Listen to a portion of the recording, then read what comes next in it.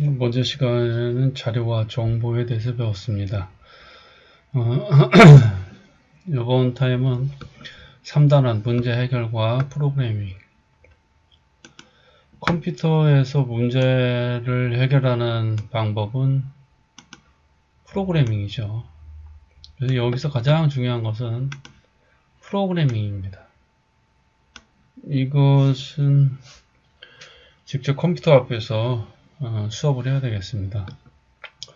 자, 이 3단원은 프로그래밍을 위해서 존재합니다. 제일 먼저 프로그래밍을 하기 위해서는 컴퓨터의 문제에 대해서 이해하고 분석하고 그 다음에 알고리즘을 만들어서 프로그래밍이 되는 겁니다.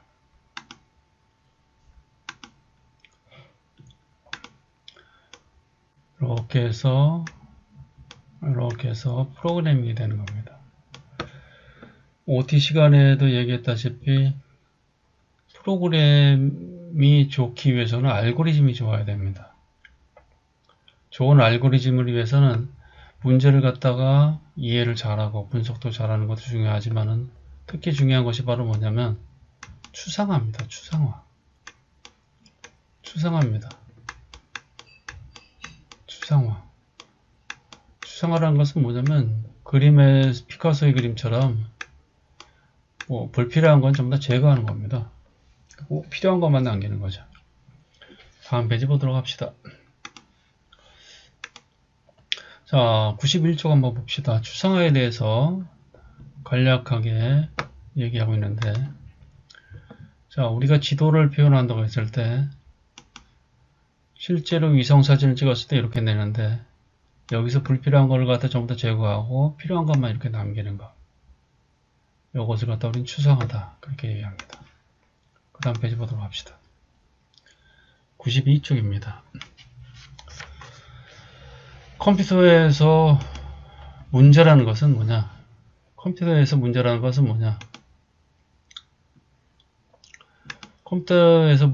뭐냐면 현재 상태와 목표 상태의 차이가 있는 것을 갖다가 문제라고 합니다.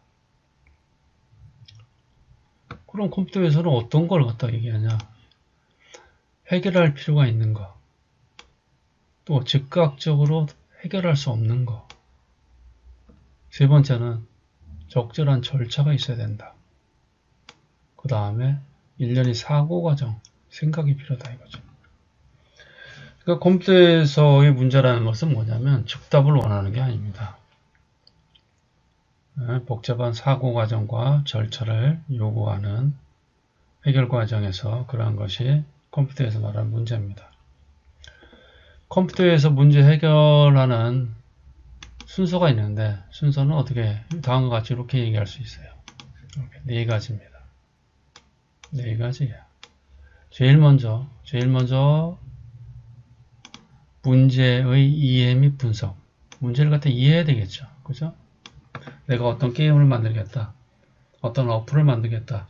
그것에 대해서 만들고자 하는 것에 대해서 이해하고 분석하고 재정의하고 그래야 되겠죠. 이것이 끝나면은 그 다음에는 문제 해결 방법 설계, 즉 알고리즘을 설계합니다. 알고리즘입니다.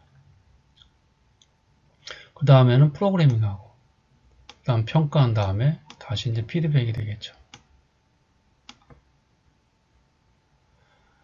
문제 이해 및 분석이 끝난 다음에 이 알고리즘에서는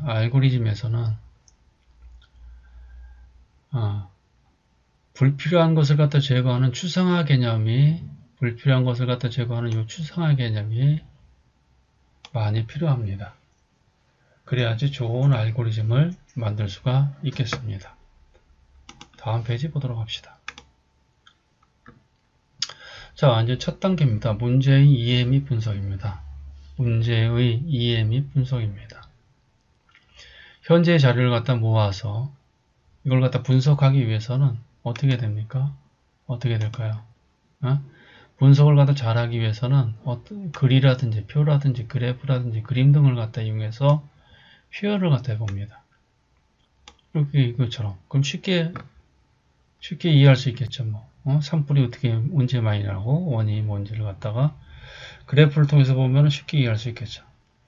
이렇게 문제를 갖다가 분석하는 이유는 바로 뭐냐면 문제를 갖다 분석한 결과를 갖다 보고 문제를 갖다 재정의하기 위해서 그렇습니다. 문제를 갖다가 정확하게 만들기 위해서 그렇습니다. 문제 이해 및 분석이. 자, 그럼 다음 페이지 보도록 합시다.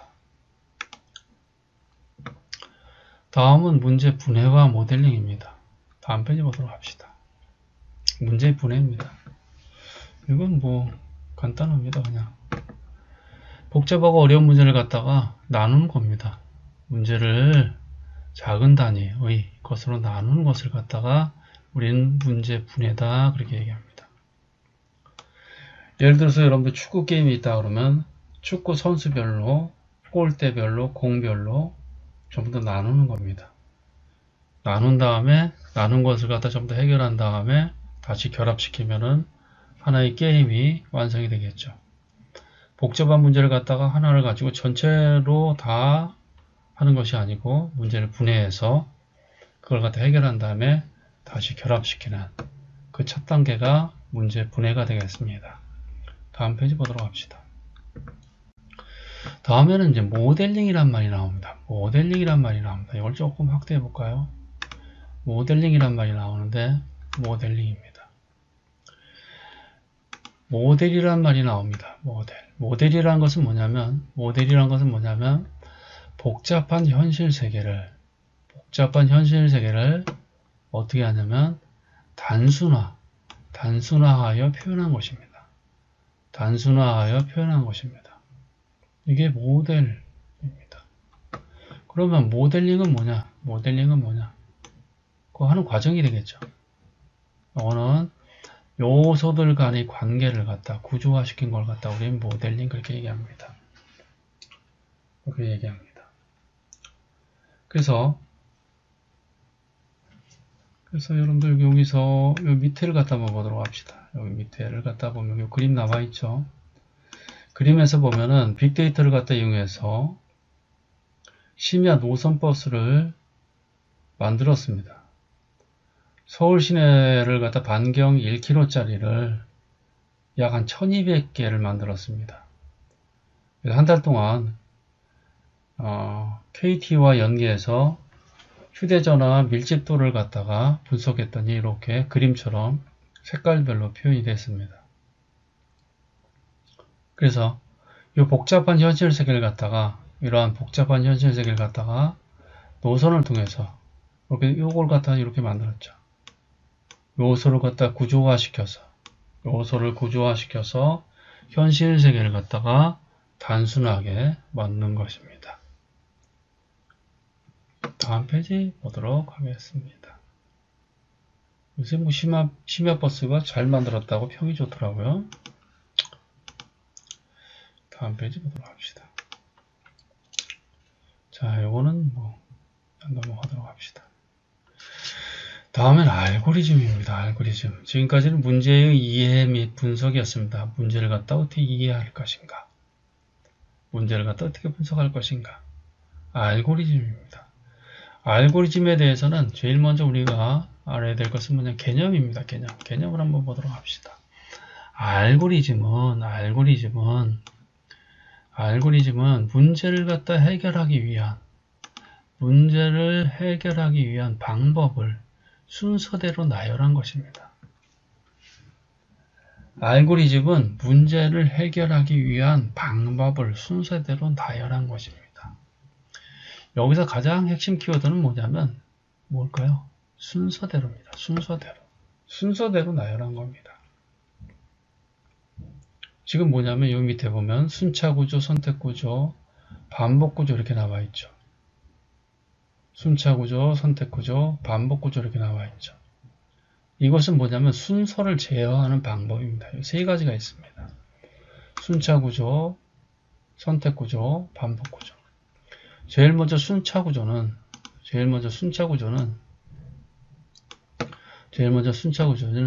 주어진 명령을 순서대로 하나씩 순차적으로 행해지는 구조입니다. 여기서 가장 핵심 키워드는 뭐냐면 뭐가 되겠어요? 순서대로입니다. 순서대로 하나씩 순차적으로 실행되는 구조입니다. 그러니까 일이 순서가 그냥 똑같죠. 그냥 처음 시작이 있으면 그냥 다음에 요거하고 다음에 요거하고 다음 끝나고 이런 식이죠. 이게 기본이 되겠죠. 다음 두 번째는 선택 구조가 있습니다. 선택 구조는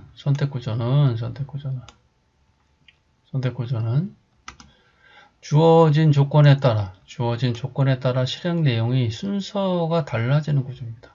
주어진 조건에 따라서 실행되는 내용이 순서가 달라지는 구조입니다. 여기서의 핵심 키워드는 조건입니다. 조건에 따라서 달라집니다. 조건에 따라 달라지는 겁니다. 조건에 따라 달라집니다. 시작했죠. 그 다음 조건이 나왔죠. 그것이 예냐 아니냐에 따라서 실행되는 순서가 틀려지는 것입니다.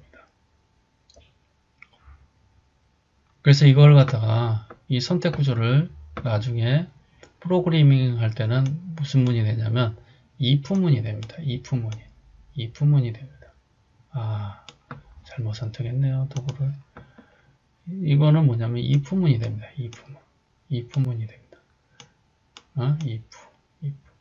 만약에 뭐뭐라면 뭐뭐하고 그렇지 않으면 뭐뭐한다. 이거죠. 만약에 조건식이 맞으면 true이면은 요걸 갖다 실행하고 false이면 요걸 갖다 실행하라. 이렇게 분류할 수 있는 것이 바로 선택 구조입니다. 요거는 뭐 선택 구조가 여러 개 있는 거죠. 다음엔 반복 구조입니다. 반복 구조는 주어진 조건을 만족하는 동안에 특정한 내용을 갖다 반복하는 겁니다. 여기서 핵심 키워드는 뭘까요? 조건을 만족하는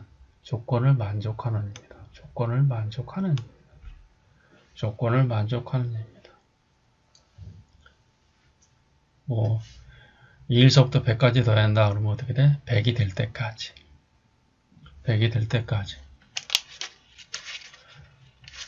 조건을 갖다 만족하는 겁니다.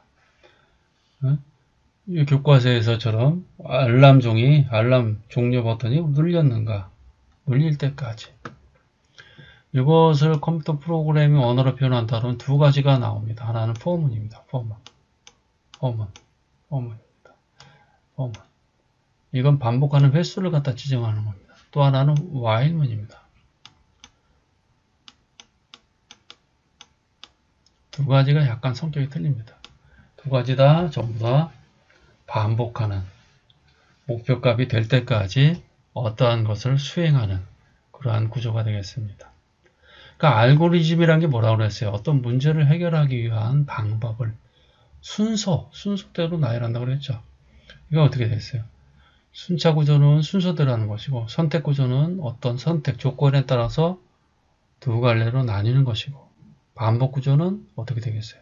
조건이 만족할 때까지 계속 반복하는 겁니다. 또는 조건에 달성될 때까지 계속해서 반복하는 것을 말합니다. 다음 페이지 보도록 합시다.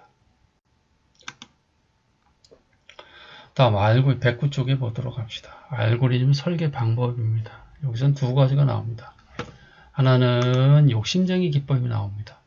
욕심쟁이 방법은 뭐냐면 여러 가지가 있어요. 이런 거 할 때는 여러 가지가 있는데 욕심쟁이 방법은 뭐냐면 그때 그 순간에 가장 최적의 방법을 갖다가 선택하는 겁니다.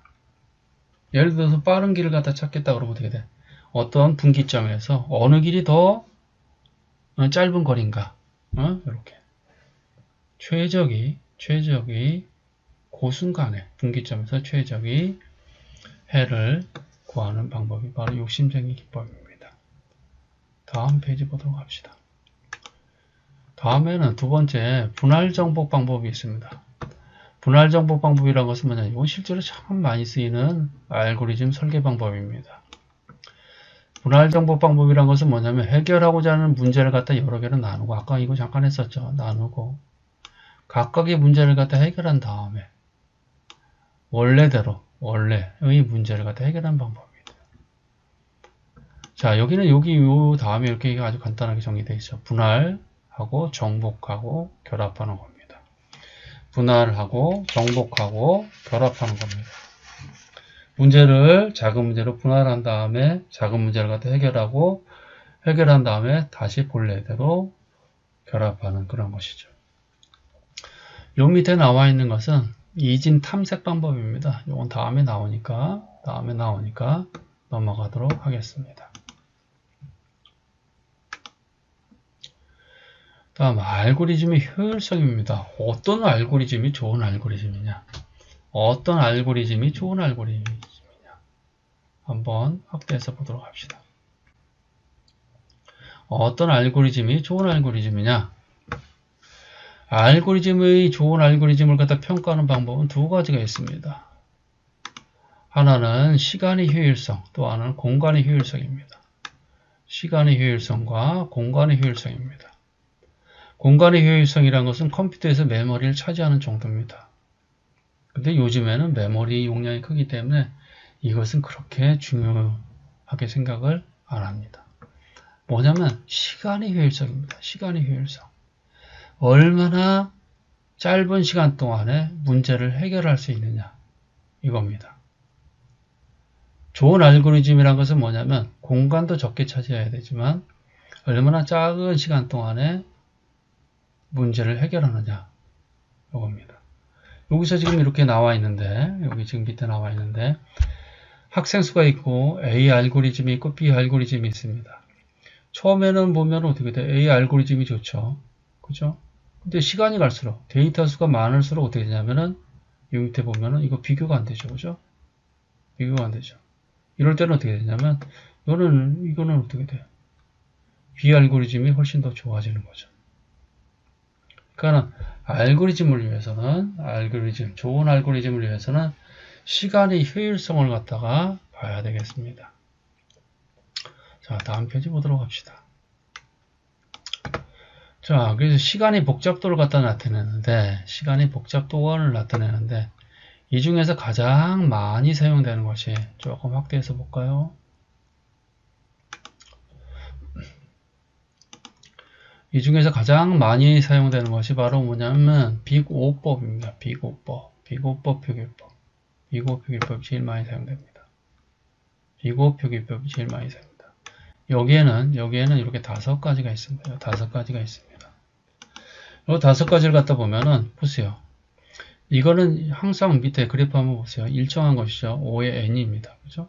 일정한 것이고. 그 다음에 로그 2n, 그 다음에 이것이 시간이 적게 걸리는 것이죠. 그 다음 5의 n이 어떻게 돼? 그 다음이고, 그 다음에 n 로그 2n이 그 다음이고, 이것이 제일 나쁜 알고리즘이죠. 이거 제일 나쁜 알고리즘이죠. 그래서 요 5가지 표기법에 대해서 이 교과서에서는 샘플로 하나씩 나오고 있습니다. 요거 같은 경우 5의 1, 요거는 뭐냐면 개수에 상관없이 항상 일정한 시간이죠. 바로 옆에 있는 겁니다. 환율 계산하는 거. 그 다음 5의 n성 제일 나쁜 것이죠. 이때 보면은 퀵 정렬이라고 나옵니다. 퀵 정렬. 버블 정렬입니다. 미안합니다. 버블 정렬 나오고. 그 다음 두 번째 n로그 n은 뭐냐면 퀵 정렬이 나옵니다. 퀵 정렬. 그 다음 5회에는 순차 탐색할 때 순차 탐색. 그 다음에 로그에는 이진 탐색입니다. 이진 탐색. 그래서 교과에서는 이 표기법에 대해서 샘플로 하나씩 소개하고 있습니다. 자, 다음 페이지 보도록 하겠습니다. 정렬 알고리즘입니다. 정렬이 뭔지 알죠? 오름차순 또는 내림차순으로 크기 순서에 따라서 나열하는 것을 갖다 우리는 뭐라 그래? 정렬이다 그렇게 얘기합니다. 저기에서는 정렬 2개, 탐색 2개가 나옵니다. 제일 먼저 버블 정렬 나옵니다. 버블 정렬이라는 것은 뭐냐면 인접한 2개의 자료를 갖다 비교해서 정렬하는 알고리즘이죠. 여기는 다음과 같이 이러한 규칙이 있습니다. 어떤 것이 있느냐? 이 밑에 그림 한번 볼까요? 그림을 갖다 보면은 인접반 두 개를 갖다 비교해서 무거운 걸 갖다 뒤로 빼는 겁니다. 오른쪽으로 빼는 겁니다. 여기서 한번 비교했죠. 여기서 또 한번 비교했죠. 여기서 또 한번 비교했죠. 여기서 또 한번 비교했죠. 그래서 제일 무거운 거 15g을 갖다 맨 뒤로 빼는 겁니다. 맨 뒤로 빼서 하나 정렬 끝났죠. 그 다음에 또 앞에서부터 또 하는 겁니다. 15까지는 안 하죠. 여기까지만 하는 거죠. 이거 버블 정렬입니다. 이거는 시간이 복잡도에서 어떻게 되냐면 이거 한번 보세요. 5의 n의 자승입니다. 제일 안 좋습니다. 제일 안 좋습니다. 다음 두 번째 퀵 정렬이 나옵니다. 퀵 정렬. 퀵 정렬은 말에서 나오는 것처럼 뭐 빠른 거죠. 그죠? 정렬에서는 빠른 거죠. 이것은 뭐냐면 퀵 정렬은 분할 정복 방법을 갖다 이용하는 겁니다. 그래서 이미 피벗을 갖다 정한 다음에 그 피벗을 갖다 이용해서 무거운 것은 오른쪽으로, 가벼운 것은 왼쪽으로 해서 정렬하는 방식입니다. 한번 보도록 할까요? 그 다음 페이지 한번 보도록 할까요? 가겠습니다. 여기서 보면 자 이미 피벗을 갖다 하나 정했습니다. 몇 g짜리를 정했냐면 8g짜리를 갖다 정했어요. 8g짜리. 그래서 하나씩 내려옵니다. 15g짜리 내려오고 1g짜리 내려오고 11g짜리 내려오고 1g짜리 내려오고 3g짜리 내려옵니다. 그래서 여기 8g에 비해서 무거우면 오른쪽, 가벼우면 왼쪽에 가는 겁니다. 그래서 이러한 정렬 방법에 의해서 정렬을 해봤더니 이것은 시간의 복잡도가 버블 정렬보다는 빠르지만은 어느 정도냐 요겁니다. 두 번째 5의 n 로그 n. 그러니까 아주 빠른 건 아니죠.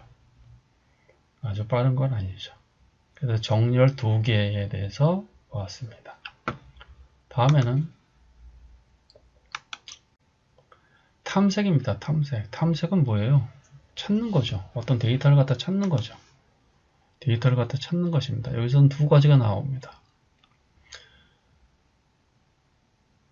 하나는 순차 탐색이고 또 하나는 이진 탐색이 나옵니다. 순차 탐색은 가장 원시적인 방법입니다. 순차 탐색은 자료를 처음부터 차례대로 비교하면서 원하는 자료를 갖다 찾는 방법입니다. 내가 예를 들어서 숫자를 갖다가 찾는데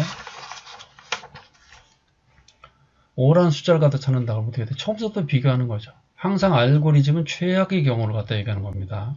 최악의 경우를 갖다 얘기하는 겁니다. 시간이 복잡돼서 순차도 하나씩 비교하는 겁니다. 그러니까 이것은 시간이 복잡도를 갖다 볼 때 5의 n 이렇게 말할 수 있겠습니다. 다음은 이진 탐색입니다. 이진 탐색. 확대해서 볼까요? 이진 탐색입니다. 이진 탐색은 자료의 개수를 반으로 나누어서 왼쪽과 오른쪽의 자료를 갖다 비교해서 자료를 찾는 탐색 방법을 갖다 얘기합니다. 이거는 반드시 미리 자료가 정렬되어 있어야 됩니다. 크기 순서대로 정렬이 되어 있어야 됩니다. 이진 탐색은 분할 정복 방법이 있죠. 요것 중에 하나죠. 이러한 방법을 갖다가 이용한 것입니다. 여기서 보면은 중앙값이 4가 되겠죠. 그래서 찾으려고 하는 숫자가 5가 되겠죠. 크냐 작냐? 그러면 크다. 그러면 왼쪽 건 다 버리는 겁니다. 이 숫자 3개 가지고 또 중앙값을 갖다 찾고 크기를 갖다 비교해서 이렇게 목표하는 값을 찾는 것을 이진 탐색이다. 그렇게 얘기합니다. 이진 탐색은 시간이 복잡도를 갖다 볼 때 5의 로그 2의 n이다. 이렇게 말할 수 있겠습니다. 다음 페이지 보도록 합시다. 다음 페이지 중단은 퍼즐일까요? 자, 1번에 가로 봅시다. 수행시간을 나타내는 대략적인 표기법. 수행시간을 나타내는 대략적인 표기법 뭐라고 그럴까요? 빅 O 표기법. 빅 O 표기법. 빅 O 표기법이 되겠죠. 다음에 2번에 세로 보도록 합시다. 2번에 세로. 해결하고자 하는 문제를 여러 개의 작은 문제로 나누고 작은 문제로부터 해결한 다음에 원래 문제의 해답을 구하는 거 분할 정복 방법이죠. 분할 정복 방법. 분할 정복 방법이 되겠습니다. 다음 3번 가로 봅시다. 프로그램 수행 시간을 기준으로 알고리즘이 성능을 비교하는 척도가 뭐가 되냐면 뭐가 되겠어요? 시간 복잡도죠. 시간 복잡도. 시간 복잡도입니다. 이거랑 같이 있는 것이 공간 복잡도죠. 이건 컴퓨터의 메모리를 갖다 얘기하는 것이죠. 여기서는 시간 복잡도 이렇게 되겠습니다. 시간 복잡도. 1번은 뭐예요? 비고 표기법. 2번 뭐예요? 요거는 분할 정복 방법. 3번은 시간 복잡도 이렇게 되겠죠. 다음에 4번 가로 보도록 합시다. 4번 가로. 자료의 개수를 반으로 나누어서 왼쪽과 오른쪽을 갖다 비교해서 자료를 갖다 찾는 방법. 이진 탐색. 이진 탐색이죠. 이진 탐색입니다. 이진 탐색은 분할 정복 방법을 갖다 이용한 것이죠. 이진 탐색. 이진 탐색입니다. 5번의 세로 보도록 합시다. 5번의 세로.